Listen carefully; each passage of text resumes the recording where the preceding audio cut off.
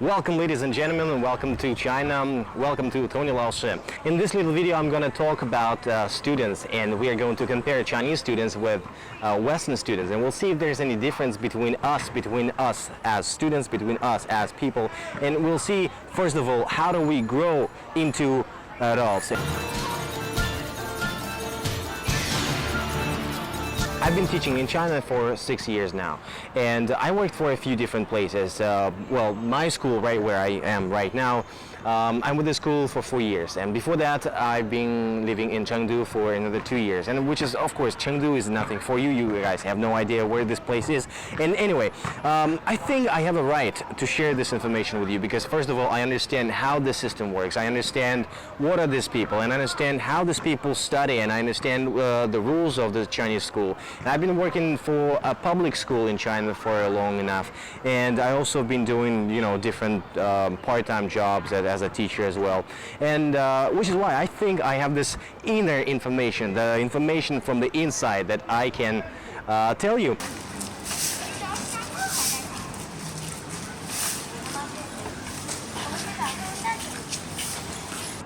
To be or not to be. So when it comes to education, the process, the attitude towards studies, towards the homework and different things. Hey guys. So here, of course, we have to differentiate the systems with the Western approach and the Chinese approach. So in China, I just want to point this out. Right now, it's all about pressure. Pressure is enormous here in China because pressure towards wait a second, there's a ball right here, Yeah, so students have a good time. So students in China study a lot. And of course, this is, it all starts with timetable, right? So people here are staying at school from 7:30 or 7:40, 7:50, depends on the school, till 8:30 or 9 o'clock in the evening. And this is when it comes to middle school or high school. So technically from 12 to 17 years old, when you are a 17-year-old kid, you're always teenager, right? So you technically have to be stuck at school all the time, follow this, numerous rules and this routine.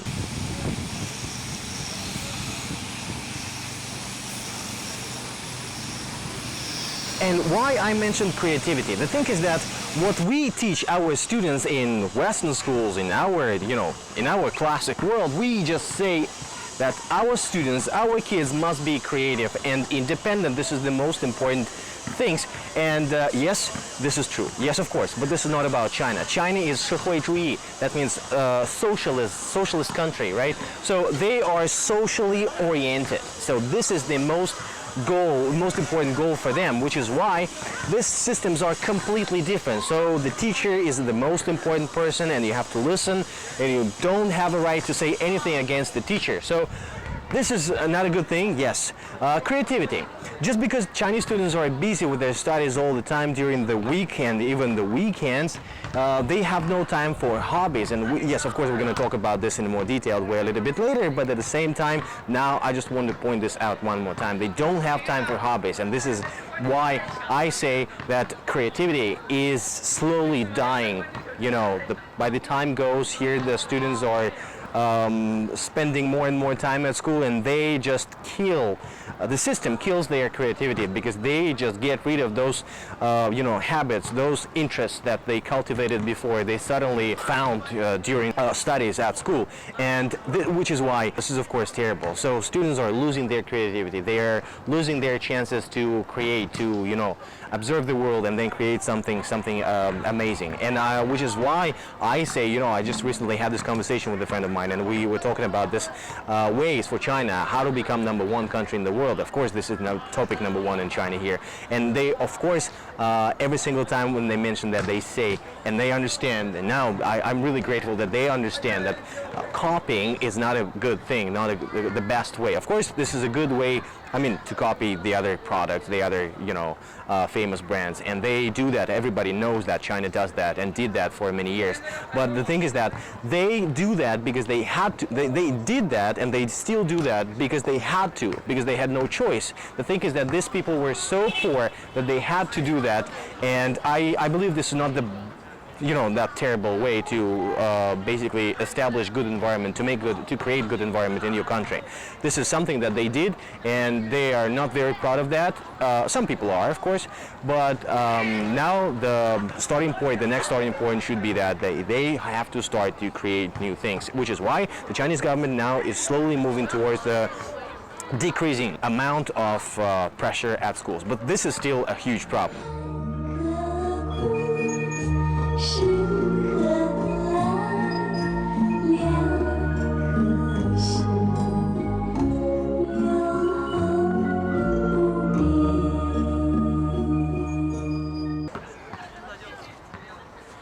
How much free time do Chinese students have during the daytime, during their studies at school?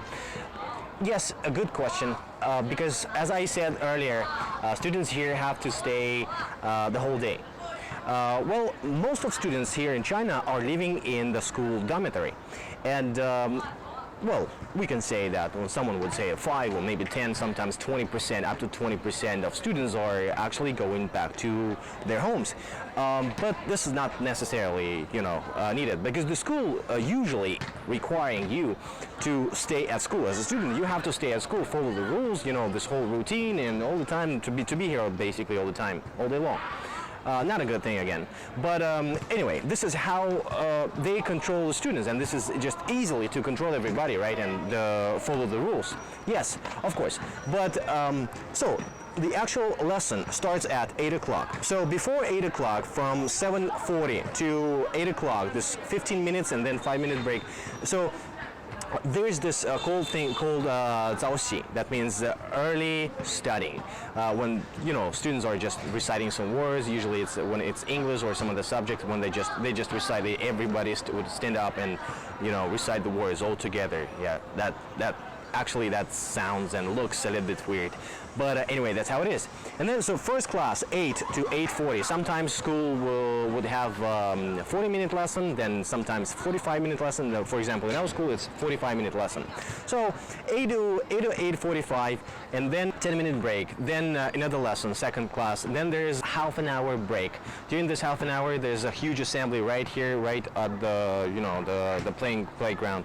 Everybody would go out, and some of the younger junior students would run around the school building basically, and the others would just listen again to some kind of announcement. So everybody would do exercises, or first of all announcements, then exercises, everybody together. So those assemblies also, for us, for Westerners, those assemblies also look a little bit weird. Now it's the Monday's morning, and you probably can hear this weird sound. Somebody speaking. Using a microphone, right? So check this out, what's happening here in China every single Monday, and sometimes even on Wednesday, Friday, could be any day, random day during the week time. Check this out. So this is the big assembly of the whole school, and not just our school, every single school in China. So those assemblies could take the places in the morning, 7:40 on Monday's morning, or at 10 o'clock. Yes, or at 3 o'clock or 3:30 at some schools, and a few times a week, at least 3 times a week. Yeah. But anyway, that's how it is again. So the half an hour, then another couple of lessons, which is lesson 3 and lesson 4, 10-minute break between the lessons, and then everything stops at 11:40. The lunch begins, and the lunch is going to last for 2 hours. And yes, of course, this is a very nice bonus. So during this period of time, so 11:50 to 1 o'clock, it's the time when everybody would get some food, and then from 1 to 2, everybody's asleep. Everybody should sleep, must sleep, because there's no excuse. Everybody would be, if you're not sleeping in the class, yes, right in the class, you guys gotta be careful.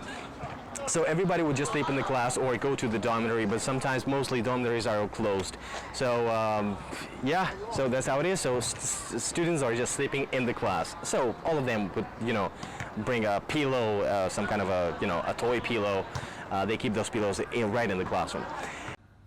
Interesting fact, just now I came to class, and this is the first time when our students were taken to this assembly, because I work for the international department, and our students are not really a real part of the school, of this public school department. They are international schools students, and they're going abroad. So they technically are just preparing for the foreign schools.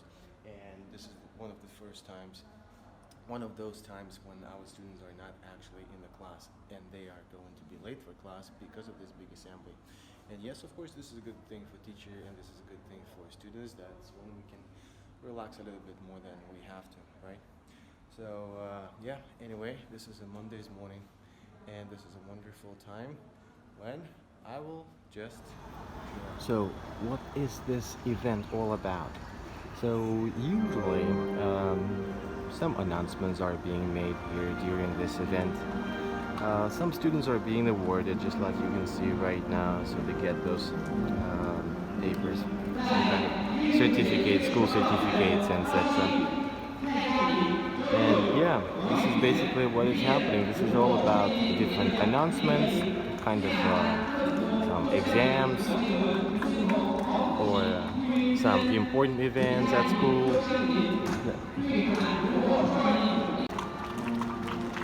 Yeah, of course, for the students, they're just kids, they're just teenagers, and they just want to hang out. So this is, yes, very, very boring for them. Well, of course, for teachers as well. And me as a foreign teacher, I don't have to be there. I don't have to go to those assemblies because they, you know, they raise the flag, they listen to the country song and the government different announcements. And technically, our school does not require foreign teachers to, you know, they don't force us to go to those assemblies and listen to what the government says, which is good. Which is good.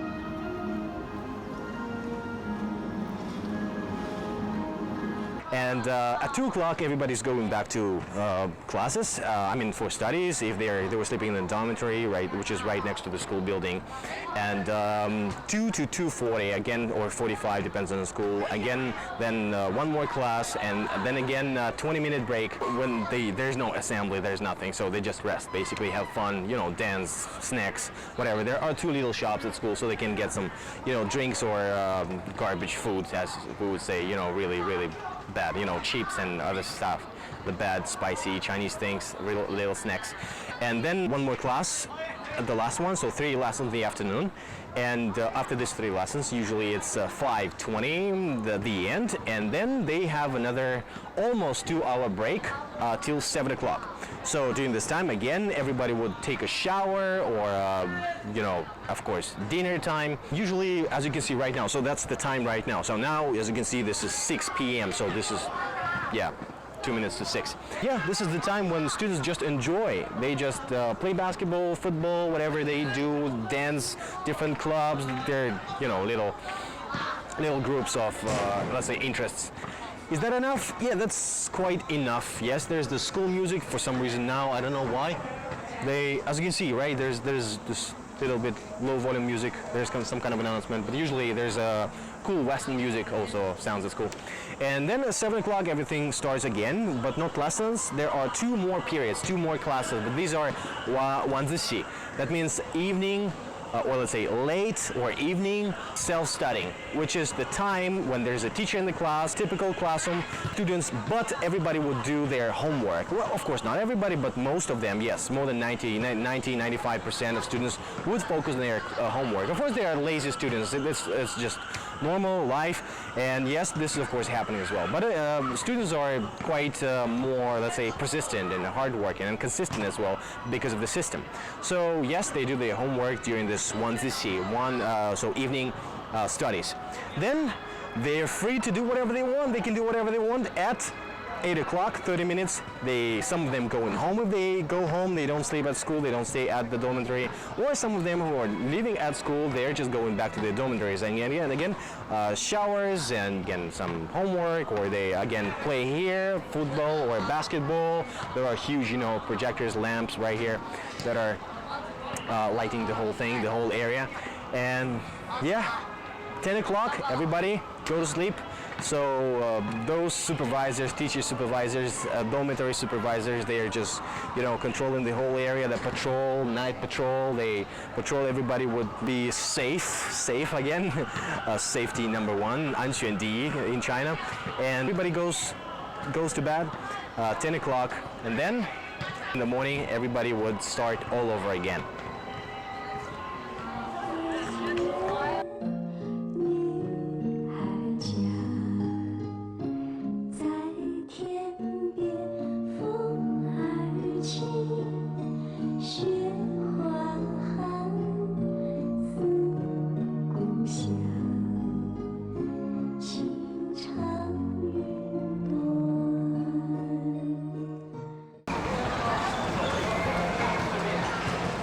Is that enough? Well, of course, it's hard to say if that's enough or not. But of course, a lot of students complain. They complain because of what? Because time is simply not enough. Because they are in the prison. Because of this terrible environment, there are a huge number of rules. But no, you might be thinking that there's a big number of students who say that, but actually not. Most of the students don't. They either don't complain, or they don't want to complain, or they're afraid to complain. And yeah. This is just life in China, because this is all about competition. Competition. If you fail, then you will not get a good job, and you cannot get a good position and money in the future. Of course, you will not get a good life. So anyway, our next topic would be attitude. What about attitude? Is there any attitude problem, any issues with attitude here in China, and maybe discipline? So yeah, I said a lot of things about dead habits, about this enormous pressure, about this tough schedule. Yes, very tight schedule. But when it comes to discipline and attitude, you know, of course, in Western schools, a teacher can teacher, yes, basically. A teacher can be sued by a student, right? So a student would call the police or go to court. I mean, everything is possible, right, in our countries. In our countries, it's all about rights. I have a right to do this. I have a right to do that. Here in China, no, you cannot do it. If you're in China, if you're a Chinese student, you cannot do basically everything. Everything, it would be banned for you. You cannot do this, you cannot do that, you have to follow this, you have to pay for this. Pay for means cooperate. 感谢你的配合, 感谢你的配合, 感谢你的配合. You always, every single time you hear that. All about rules, there's some kind of a stupid rule. They say that, okay, you have to do this, 感谢你的配合. You have to do this, 感谢你的配合. So thanks for your cooperation. Okay, that's a sweet way to deal with a problem, to deal with someone who is not happy or grateful, whatever. Yeah, sure. I think you got my point. And okay, so discipline and attitude. Chinese students do not have those things. Well, of course, when it's not coming to a typical international department of a public school, of a private school. Because public schools in China, first of all, they're free. There are some fees. There are, well, of course, for dormitories, living is not for free, and food is not for free, of course, and the books are not for free, but not necessarily. Usually, first of all, studies are, public schools are for free, but it's also a very big conversation, because if you don't have a local residence permit, if you're not a resident technically of this city or of this area, you cannot go to some other areas, some other cities, and live there and put your kids to some local school, because it's just not going along with the law.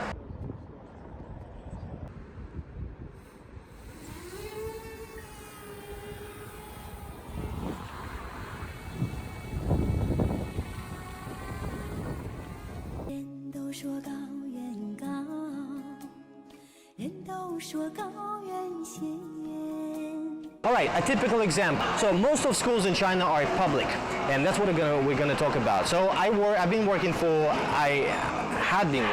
a Chinese public school for 2 years, and I also quite familiar with many different schools, because I've been sent to many different places, given open classes and different hosting different activities, events, etc. So I was going to say that students are looking at me.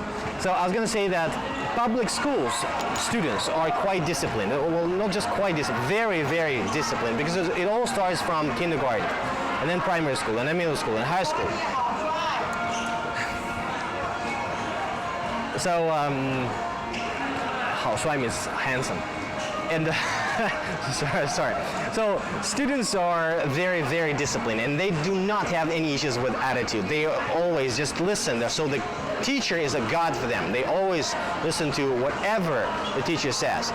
And this is of course a good thing and a bad thing at the same time, because technically a student underestimates his or her own opinion, right? So your opinion is already wrong because what the teacher says is the only truth, and this is not a good thing for creativity, right?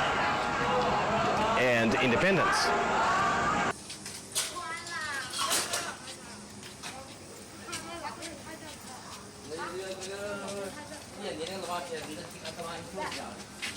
Here I want to say a few things about the school environment, which is already you guys can see very well what's happening right here. On my left there's a little shop right here. There's a very funny name. It's what is that? 这个小的商店你们叫做什么？杜巴味对吗？为什么是杜巴味？这个杜巴味到底有没有意义？有什么意义？有很多口味啊。很多口味的意义。对，就有很多菜品啊。那为什么大家都是说的是这个是不好的食物的地方？因为杜百味比较贵，很坑。啊。All right. So actually, there is a meaning. So this little shop, they call all students call it Dubai Way. So students who do not like to eat at our school canteen, which is yes, a lot of students are constantly trying to get some food from the outside, or they just get some instant noodles here from our Dubai Way. That means a lot of different way, a lot of different tastes, right? So many tastes place, right? And so I was gonna say. Some students, get their snacks at our little shop. There's another one on my right, another shop right here. About our school environment, yes, there's a number of places where students would just hang out and dance and basically do whatever they want, because every single class equipped with a basketball. Either a student can bring a basketball or a volleyball or a badminton set or everything. The school also buys those things for students. So every single class they're trying to buy those things, those basic toys, basic games, gaming sets for every single class, which is I find very, very interesting. And almost every single class has a sound speaker. So now I really doubt that every single class has a sound speaker that they can use, work, and which is at the same time a good thing and a bad thing, because sometimes the students can listen to the music too loudly and just simply influence the others. But I just want to say that there's a lot of different equipment provided by the school to the class, and it's all about public schools and private schools, just like our school as well. By the way, every single private school also has to follow the rules that the government tells to the school. Yeah, which is why standards and international schools are not really international standards. But it also depends on the school, because there are real international schools, which is a very, very, very small number ratio between real schools and. All right, this is another topic. Enough. 下雨了。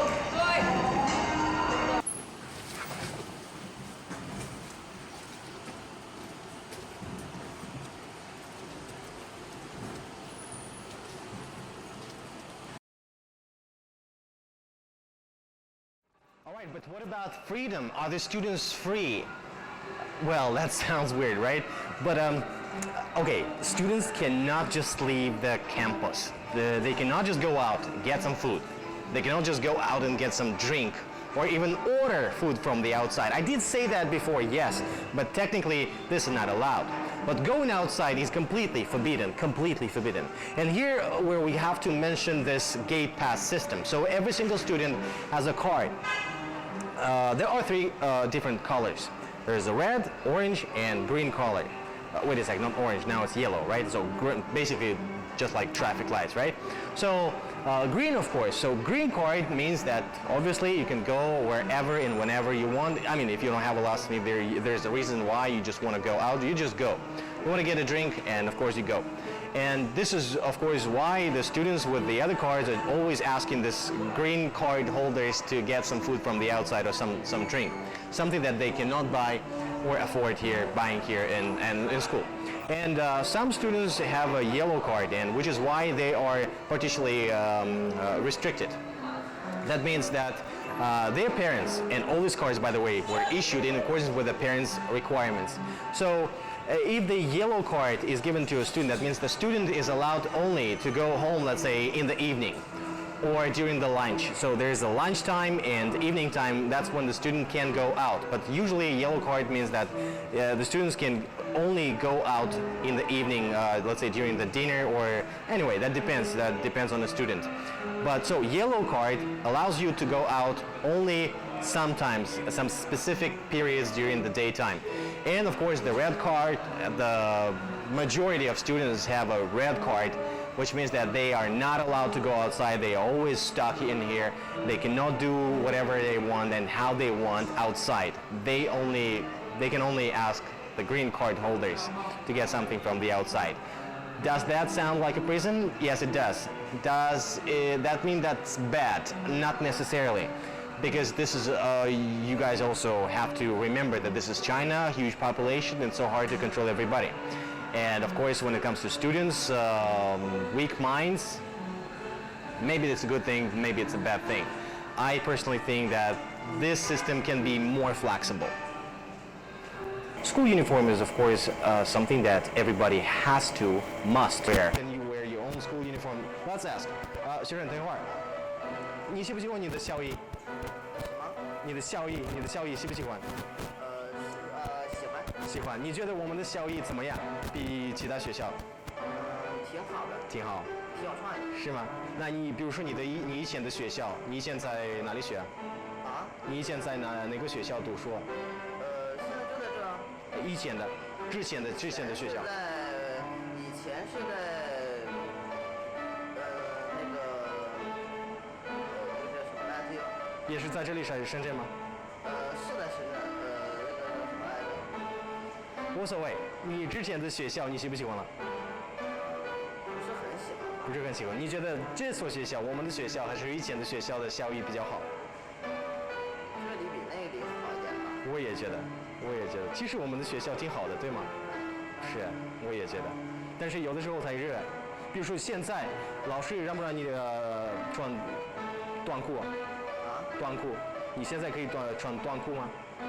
老师让你吗？我不知道，我一般都穿的长裤。啊，那有的时候我们有些学生穿短裤啊，对吗？你喜欢短裤还是长裤？还是正常的裤子？长裤。好，谢谢。So yeah, I would say that school uniform in our school is quite okay. It's fine, seriously. Our school uniform is quite, let's say, attractive, let's say more attractive comparing to the other schools, because the other schools uniform, the majority of schools, I've seen many different schools, guys, believe me, school uniforms in China look more like sportswear, so sports suits. That's how school uniform looks in China, in Chinese schools. But our schools is quite fine. So more like international style schools, they're trying to implement their school uniforms and trying to, be distinguished, right? Be noticeable. Because, regular Chinese school uniform is available at any supermarket, a big supermarket. You can just go and buy it, typical, there are just patterns, typical standards for the school uniform. All right, now let's talk about close relationship between the students. Is that possible? This is a very controversial topic because I heard of many different stories when parents in China would just terribly be, let's say, for me, more fighting than any night monster since when I was a little kid. I just want to say that, guys. Okay, so one thing is, you guys will need to know for sure that close relationship, boyfriends, girlfriends are not allowed in China. Completely not possible. So no matter if you're in a high school student, so high school student in China means that you're a student under 17, sometimes 18 years old. And so you were a student of the last 3 years in Chinese high school. So you are 15, you are 16, you are 17, then you graduate, then you go to university. So this is a typical Chinese system, just like Russian system. But in Russia, their high school it's only 2 years, and then university. So I heard of many different stories, and first time when I heard of that, when okay, so once again, no boyfriends, no girlfriends in China. Yes, I know in our countries, in Western world, in Europe, in America, in many different countries, in Africa, South America, North America, whatever, Australia, everywhere. This is, someone would say, yes, this is good, of course, no relations for kids, and I'm totally in, I agree, yes. But when it comes to high school students, I mean, how to say, right? 15, 16, 17 years old, right? It's kind of hard and hold yourself back, right? So yes, this topic is completely forbidden. This is something that you cannot even talk about. And of course, that doesn't mean that this is not happening, because there are sometimes you can see those couples in the evening. You can see they're holding their hands, they're sitting together.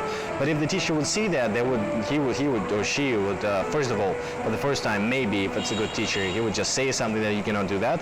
Or maybe if it's a bad teacher or it's a good teacher, the second time he would do something like that. He would just, of course, write down the names and would question them about the classes, the teachers, and then the parents that would definitely inform their parents. Parents is the last thing that the students want to hear about from the teacher, because parents are beating their kids in China. Yes, everybody knows that. Every single kid has been beaten and beaten many times, and this is quite normal thing in China.